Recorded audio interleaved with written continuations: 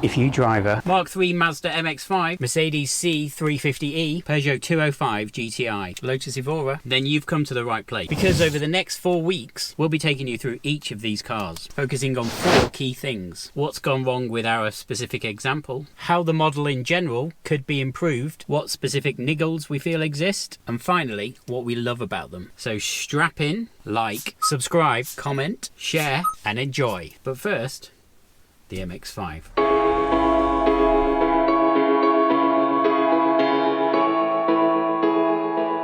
Let's talk about what's gone wrong. What's that? Apologies for the buzzing noise, first of all. We've had this car, it's 2007 Mark III NC Mazda MX-5 with 68,000 miles on it. And it's been pretty good. There have been 1 or 2 things that have gone a little bit wrong with it, but mostly serviceable type things and things you would expect with a car of this age. It does live outside as well. The rear brakes. So I sort of was under the impression most cars these days came with a brake pad warning indicator. Apparently they don't. You get what is called, in inverted commas, a physical indicator in this car. In other words, it made a horrible noise. Turned out to be the rear brakes. Kind of was a real graunchy noise. Horrible, really. But anyway, new, I want to say discs and pads. I'm pretty sure we put discs and pads on the back shortly after we got it, actually. This car lives outside. During the winter, a very, very odd thing happened where the battery kept going flat.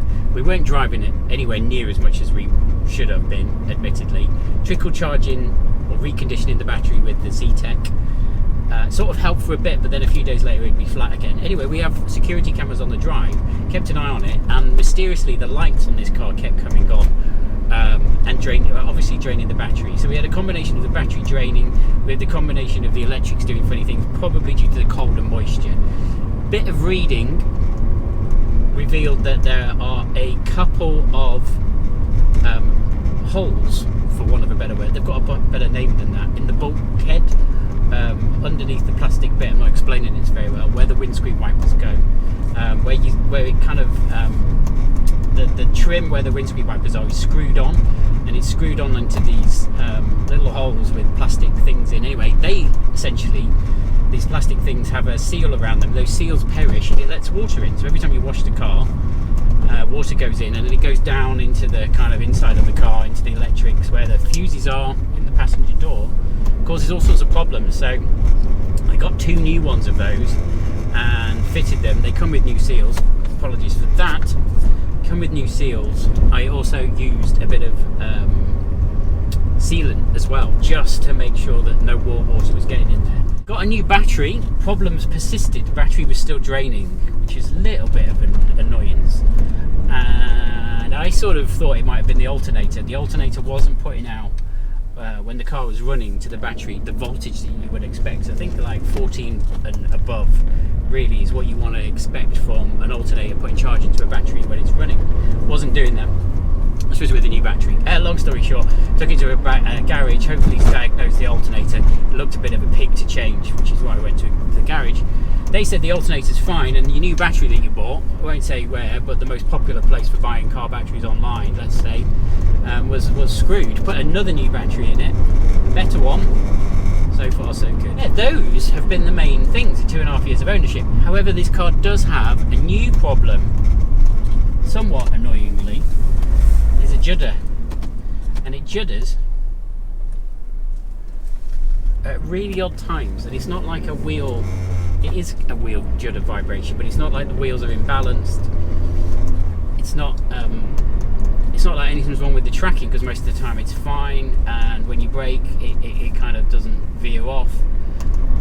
But I do suspect, and I've just had the wheels off today, the discs on the front and the calipers, again this car lives outside, the calipers look original.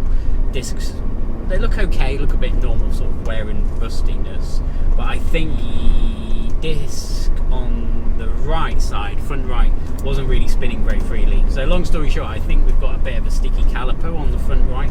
Over 50 miles an hour it manifests itself. The car just, the wheel starts juddering, gets a bit of momentum behind it, and the whole thing sort of shakes. Normal speeds like we're doing now, 30 miles an hour or so, just pooling around, It's absolutely fine. There is a bit of saying that, I'm going slow. There is a bit of judder in the front brake, or a bit of pulsing in the front brake. I could feel through the steering wheel. It does feel like sticking caliper or brake disc. Other things is this vibrating clip for the roof. It's making an awful vibe. Let's talk about how it could be improved. I haven't driven the later model, so maybe they've improved on them. The MX5 is the pinnacle of like sports carness. Everybody knows that. It's the answer to what sports car should I buy. But there's a few things that do sort of bother me with this particular model. So let's go through them. Steering wheel is a little bit too big. I'm used to the kind of grippiness of more modern steering wheels that you get in a lot of cars.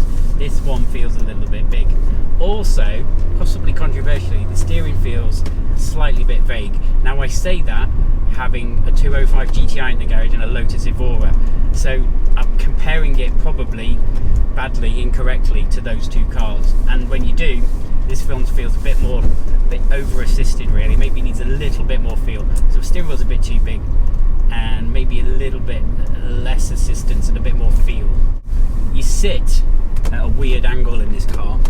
My seat's quite far back, which, you know, is fair enough, but I think you feel a little bit too high up. I'd like the seats to be a little bit lower down for me, and at 5'10", my Lotus is cramped, but in here, I think really with the legroom, headroom's fine, but the legroom, it just feels a little bit tight in here. Probably the exhaust note. You can buy lots of aftermarket parts for the MX5, obviously, but it'd be nice if from factory it didn't sound, this is a 2-litre version as well, but if it didn't sound just very, very Japanese, sewing machiney. And the Toyota Camry engine in the Lotus Evora that we have also, I mean, it's been tuned by Lotus and it's got a slightly meatier exhaust. It sounds okay, but when it kind of settles down and you've not got the exhaust valve open, it also has that similar sort of super Japanese efficiency quietness. It'd just be great if it came from a factory with a little bit more. You can obviously buy aftermarket exhausts, but this is not my car, this is Mrs. Pedal Out, and she's probably not going to let me do that. Let's talk about its niggles. Well, with this plastic folding metal roof,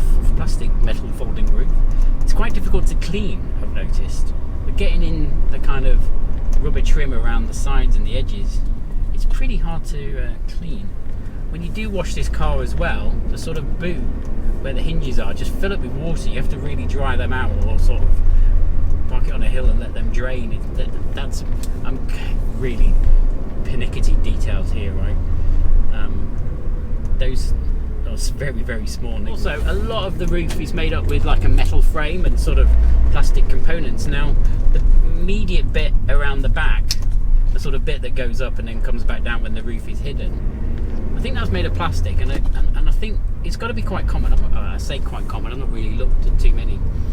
But it's got like flecks in the paint. It doesn't rust because it's obviously plastic, but there's like little bubbles and ripples in the paint, and in some parts the paint sort of degraded a little bit. What's good about it? What is great about the MX5 is, well, it's an MX5. It's the answer, as we've said, to all what sports car questions.